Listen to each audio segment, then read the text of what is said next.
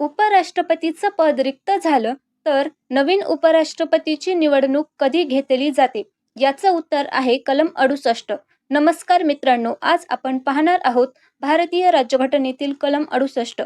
कलम 68 नुसार उपराष्ट्रपतीचा नियमित कार्यकाळ संपणार असेल तर नवीन उपराष्ट्रपतीची निवडणूक विद्यमान उपराष्ट्रपतीचा कार्यकाळ संपण्यापूर्वीच पूर्ण केली जाते.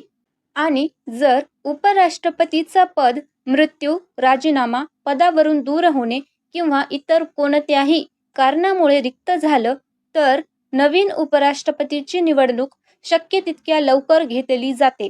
लक्षात ठेवा, उपराष्ट्रपती पद आकस्मिकपणे रिक्त झाल्यास नवीन उपराष्ट्रपतीची निवडणूक शक्य तितक्या लवकर घेतली जाते.